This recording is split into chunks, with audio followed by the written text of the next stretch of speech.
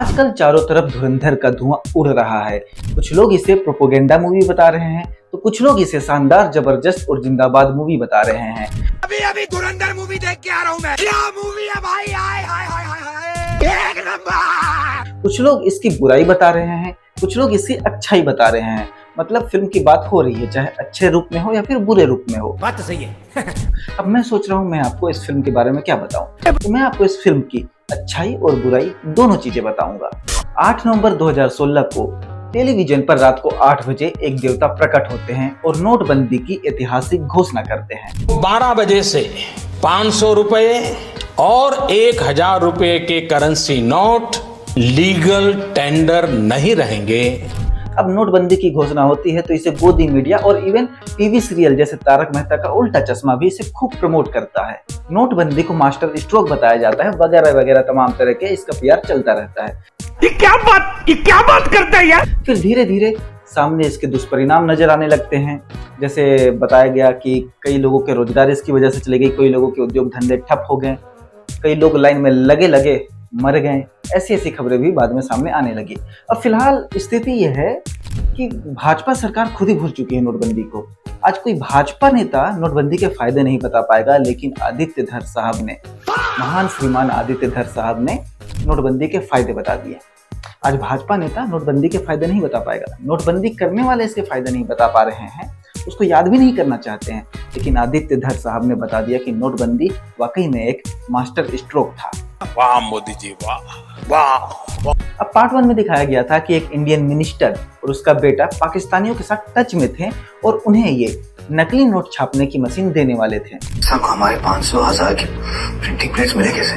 It seems minister से कोई high level की ब्यूरोक्रेसी इन्वॉल्व है। हम बड़े एक्साइटेड थे भैया पार्ट 2 में देखेंगे कि आखिर वो कौन मिनिस्टर था, लेकिन पार्ट 2 में उसका जिक्र ही नहीं है। वो नेता कौन था, उसका बेटा कौन था, ये राज भी वसूली भाई के साथ पनवेल चला गया।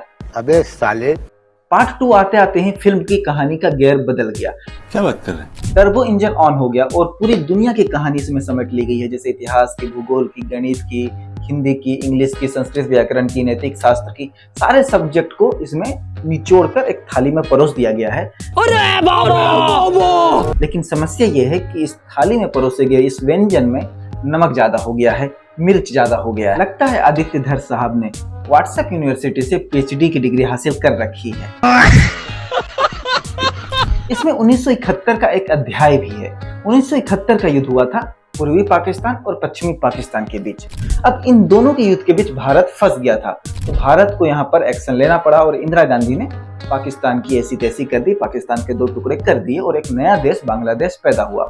यहाँ पर अमेरिका भी जो था पाकिस्तान के समर्थन में आया था कि हम अपना 7वां बेड़ा, परमाणु वाला बेड़ा भेज देंगे, तुम डर जाओ, तुम हार मान लो। लेकिन इंदिरा गांधी वहाँ पर हार नहीं मानी थी। उसने कहा था कि तुमको जो करना है करो, हमको जो करना है हम करेंगे, और उन्होंने बांग्लादेश को इस धरती पर स्थापित किया। तो पाकिस्तान के ही 2 देशों के बीच भाषा के आधार पर, सत्ता के आधार पर लड़ा गया युद्ध था, जिसमें भी आदित्य धर साहब ने फुल हिंदू मुस्लिम का एंगल परोस दिया है। अब कुल मिलाकर धुरंधर एक फिल्म का और एक ग्राइंडर ज्यादा लगता है, जो अलग अलग मुद्दों को आपस में मिक्स करके एक नैरेटिव नाम का, क्या बोलते हैं उसको, डिश बनाता है। अब दर्शक भी इस फिल्म को देखकर सोचते हैं कि ये वाकई में एक स्क्रिप्ट रिसर्च करके बनाई गई है, या फिर जो व्हाट्सएप यूनिवर्सिटी पर जो स्क्रिप्ट घूमती है वो वाला फॉरवर्ड मैसेज आदित्य धर ने पढ़ लिया है और उसी हिसाब से अपनी कहानियां को गढ़ा है और सिनेमा के रूप में प्रस्तुत कर दिया है। समझ रहे हो ना? अब इस फिल्म में अतीक अहमद, यूपी का एक बाहुबली गुंडागर्दी का पर्याय बन चुका नेता जो है, उसका भी जिक्र है। हालांकि उसका नाम अतीक अहमद से बदलकर आतिफ अहमद कर दिया गया है, लेकिन फिर भी आप समझ जाएंगे कि इस फिल्म में किसकी बात हो रही है। अब इस फिल्म के अनुसार अतीक अहमद पाकिस्तान से ड्रग्स, गोली बारूद, हथियार और नकली नोट का कारोबार करता था। अब फिर मैंने जब न्यूज मीडिया रिपोर्ट्स खंगाले तो एक एनडीटीवी मूवी नाम की वेबसाइट पर मुझे ये पढ़ने को भी मिला कि अतीक अहमद ने ये सारी चीज यूपी पुलिस के सामने कबूल किया था कि हाँ, पाकिस्तान के साथ उसका ये सारा कनेक्शन है। अब मेरा सवाल ये है कि भैया जब वो इतने समय से ये सब कारोबार कर रहा था तो इतने समय तक वो पकड़ा क्यों नहीं गया? वाह क्या सीन है, वाह क्या सीन है। और हमारे देश की जनता कैसी है आपको इसका पता चलेगा कि अतीक अहमद कई बार सांसद बन चुका था, कई बार विधायक बन चुका था और शायद मंत्री भी रहा होगा एक दो बार। थोड़ा कमजोर रिसर्च है मेरी। देखा आपने लापरवाही का नतीजा है। और यही नहीं, ये जनता की सच्चाई तो देख लिया आपने, अब इसके आगे देखिए कि जब अतीक अहमद की हत्या हुई तो ऐसा सोशल मीडिया पर कई रिपोर्ट्स में दावा किया गया है कि संसद में उससे माननीय महान नेताओं ने श्रद्धांजलि भी दिया था। तो अगर हम फिल्म के स्क्रिप्ट के हिसाब से जाएं तो वो एक देशद्रोही व्यक्ति था।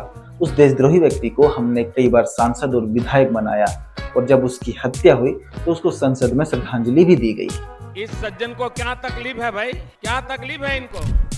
अब फिल्म की अच्छी बात पर आते हैं तो फिल्म तो एंटरटेनमेंट के लिहाज से वाकई में शानदार, जबरदस्त और जिंदाबाद है। खून खराबा, मारपीट, सबका तड़का लगा है। रणवीर सिंह ने तो कमाल कर दिया है, चड्डी फाड़ के रुमाल कर दिया है। हिपोक्रेसी की भी सीमा होती है। अब बुराई बहुत हो गई, अब अच्छाई पर बात करते हैं। अगर फिल्म की अच्छाई पर बात करें तो फिल्म में बहुत सारा अच्छा मटेरियल भरा हुआ है। फुल एक्शन है, एंटरटेनमेंट का तड़का है। 4 घंटे की फिल्म आपको कहीं भी बोर होने नहीं देती। तो आदित्य धर क्राफ्ट के मामले में और प्रोपोगेंडा फैलाने के मामले में दोनों में ही PhD होल्डर हैं। झूठ बोलो, बार बार झूठ बोलो। बहुत ही अच्छी तरीके से उन्होंने अपना ये दोनों काम कर दिया है। पैसे आपके हैं, आपको अगर इसको एक प्रोपोगेंडा मूवी की तरह बहिष्कार करना है तो बहिष्कार कर दीजिए। अगर आपको इसको एक एंटरटेनमेंट या फिर देशभक्ति के नजरिए से देखना है तो आप अपने पैसे से इस फिल्म को देख भी सकते हैं। जनता को आप मूर्ख समझना बंद कर दीजिए। मैं आपको गुड नाइट बोलकर टाटा बाय बाय बोल देता हूँ। अब नवरात्रि और ईद दोनों चल रहे हैं तो आपको नवरात्रि की हार्दिक बधाई और शुभकामनाएं। आप सभी को दिली ईद मुबारकबाद। Bye bye, tata, good bye.